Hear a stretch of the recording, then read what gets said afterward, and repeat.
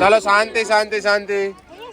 ચાલો, government high school સાઉદવાડીનો આ project છે, ખૂબ સરસ, કંઈક અલગ ને નવીન દેખાઈ રહ્યો છે. તો હવે ગવર્મેન્ટ હાઈસ્કૂલ સાઉદવાડીની બંને વિદ્યાર્થીનીઓ કંઈક પ્રોજેક્ટ વિશે સમજાવશે. નમસ્તે, અમારા પ્રોજેક્ટનું નામ છે ઇકો કુલર. ઇકો કુલર એટલે કે માટીનું એર કુલર. અમારી શાળાનું નામ છે GSS સાઉદવાડી. અને આપણે બધાને તો ખબર જ છે કે ભારત એક વસ્તી ધરાવતો દેશ છે, જે દેશના મોટા ભાગની વસ્તી ગ્રામ્ય તેમજ શહેરી વિસ્તારોમાં પણ રહે છે. જ્યાં શહેરી વિસ્તારોમાં ગરમીનું પ્રમાણ વધુ જોવા મળે છે, ત્યાં ગરમીનું પ્રમાણ ઓછું કરવા માટે ઇકો કુલર. ઇકો કુલર એટલે કે માટીનું એર કુલર. માટીમાંથી બનેલું સસ્તું અને ઇકો ફ્રેન્ડલી ઉપકરણ છે, જેનો ઉપયોગ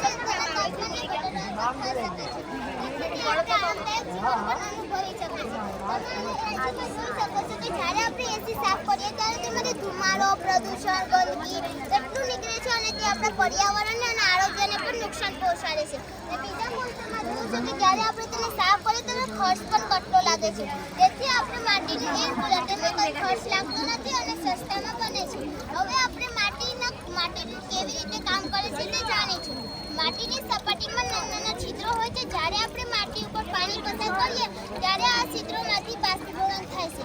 ધીમે ધીમે બાષ્પીભવન થવાની ક્ષમતા ધરાવે છે. ગરમ હવા કુલરમાંથી પસાર થાય છે ત્યારે પાણી બાષ્પીભવન થાય છે.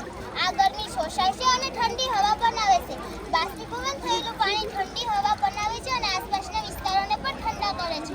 કુલરની પાછળ એક પંખો અથવા કુદરતી હવા પણ હોય છે. જ્યારે હવાથી ખેંચાતી માટીના ભીના પદાર્થ પરથી પસાર કરે છે ત્યારે આપણે ઠંડી હવાનો અનુભવ થાય છે. હવે આપણે માટી હવા કુલરના ફાયદા જાણીશું. કુદરતી તે કોઈ રાસાયણિક પદાર્થનો ઉપયોગ કરતો નથી, તેથી તે પર્યાવરણને અનુકૂળ છે. ઉર્જા કાર્યક્ષમ ચલાવવા માટે વીજળીનો ઓછો ઉપયોગ થાય છે. સસ્તું ખરીદવું અને જાણવા માટે પણ સસ્તું છે. ઉર્જા આરોગ્ય માટે શુદ્ધ હવા કરવામાં મદદ કરે છે અને શ્વાસ લેવામાં પણ સરળ બને છે. હવે આપણે પોસ્ટરમાં જોઈએ છીએ કે ગોળ ફટા મટકા ગોઠવેલા છે, તે આપણે ગાર્ડનમાં પણ મૂકી શકીએ અને ઠંડી હવા લાવી શકીએ. બીજા પોસ્ટરમાં જોવો છે કે આપણે ઘર હોય ત્યાં બારી હોય ત્યાં પણ મટકા મૂકી અને કુદરતી હવા બનીને અંદર આવી શકે છે.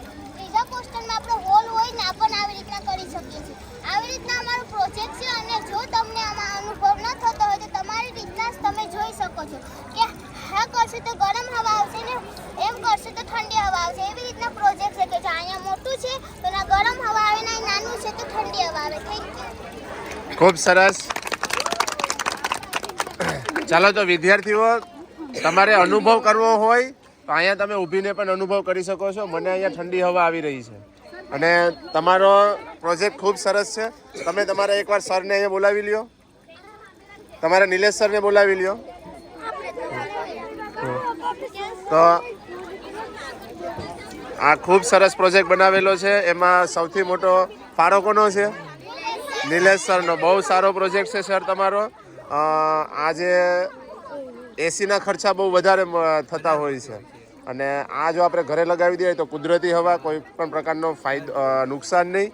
અને એસીમાં શું ઓલો જે ગેસ નીકળે ને એનાથી ઘણાને એલર્જી થતી હોય છે, તો આ લગાવવાથી એવું કંઈ નુકસાન થાય નહીં. એટલે ખૂબ સરસ તમારો પ્રોજેક્ટ છે. મને ગમ્યો તમારો પ્રોજેક્ટ. મારા તરફથી તમને પહેલો નંબર.